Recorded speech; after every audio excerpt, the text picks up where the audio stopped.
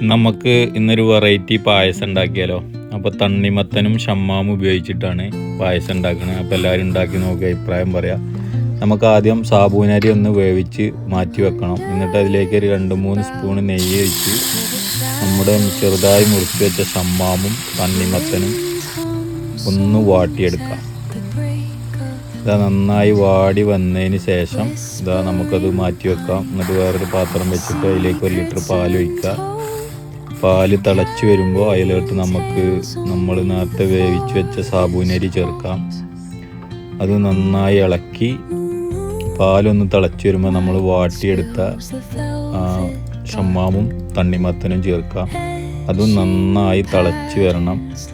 അതോളം നമ്മൾ കൈയിടാതെ ഇളക്കി കൊടുക്കണം. നന്നായി ഇളക്കി പാലും പിന്നെ അതിലേക്ക് നമുക്ക് ആവശ്യത്തിന് ഏലക്കായ് ചേർത്ത് കൊടുക്കാം.